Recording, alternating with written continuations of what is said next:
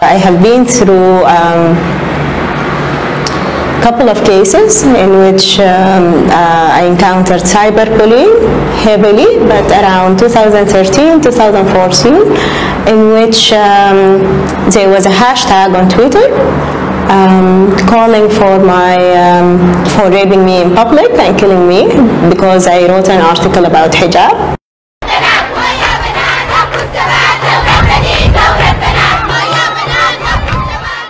Levels of violence against women and girls are on the rise during the transitional period, and this is basically due to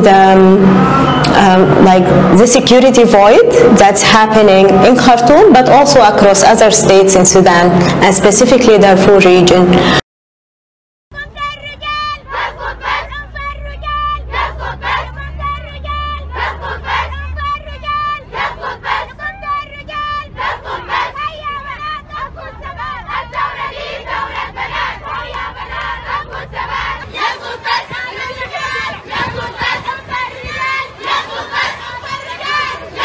It was an outstanding and life-changing experience to see this number of women marching and occupying the streets of Khartoum for a couple of hours, demanding their equal rights and equal citizenship rights in Sudan. There have been women from diverse backgrounds. There were students, young feminists. They were women from working class. Women Protest Group, which is a group founded in May 2019, and they organized the first protest in the city area demanding women's rights. It's a diverse group itself, and they sent a call for all women activists across Sudan to participate in the march. And everyone who showed up to the protest, they have their own personal causes that they are protesting for. Some they are protesting gender-based violence inside the house, and this was mainly the groups that was triggered by the killing of Samah and by the sexual harassment of Nahla. And there was groups that's demanding protection at workplace.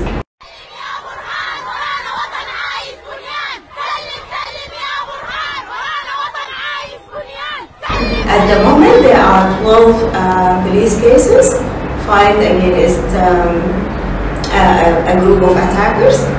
One of them, 5 cases, are filed against a person who tried to run over the protesters. He started verbally insulting them, and he ran over, or tried to run over the protesters. And after that, he went off the car and started beating the ladies randomly in the crowd. In some incident in which the students by Imperial College, they attacked the protesters and they refused to go with us to the police station. The prosecutor's office, they sent a force to arrest them, and they resisted the arrest. Cooperation from the prosecutor's office is very much appreciated. But it's not the case for every woman who faced gender-based violence, who seek legal support and accountability for the perpetrators. We need a reaction and a legal system that in which understand the nature of gender-based violence and is not biased towards women. Women experience gender-based violence to various degrees or to different levels. That's based on their backgrounds. So upper middle class women, they experience violence against women and gender-based violence to a different level than working class women. Women from certain ethnicities, they face more violence based on their ethnic backgrounds, cultural beliefs, more than others. For women activists, Usually, because they are opposing and challenging those different oppression systems,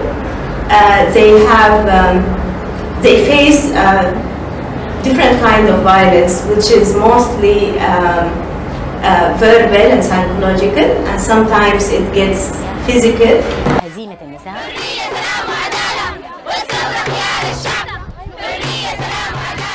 I have been through a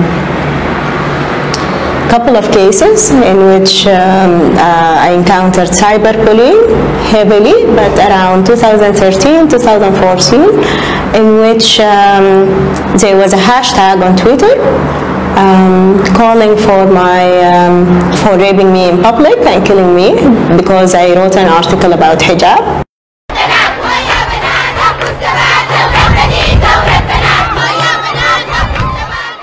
Levels of violence against women and girls are on the rise during the transitional period, and this is basically due to the security void that's happening in Khartoum, but also across other states in Sudan, and specifically the Darfur region. We have seen a normalization of sexual violence.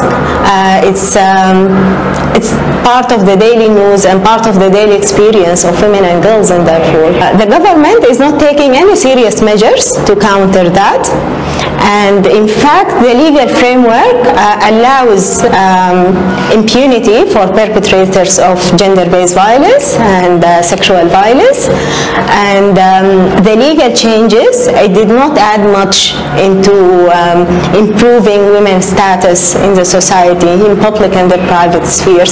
So as long as we don't have a framework that guide law reform and policy reforms, there is no way to protect women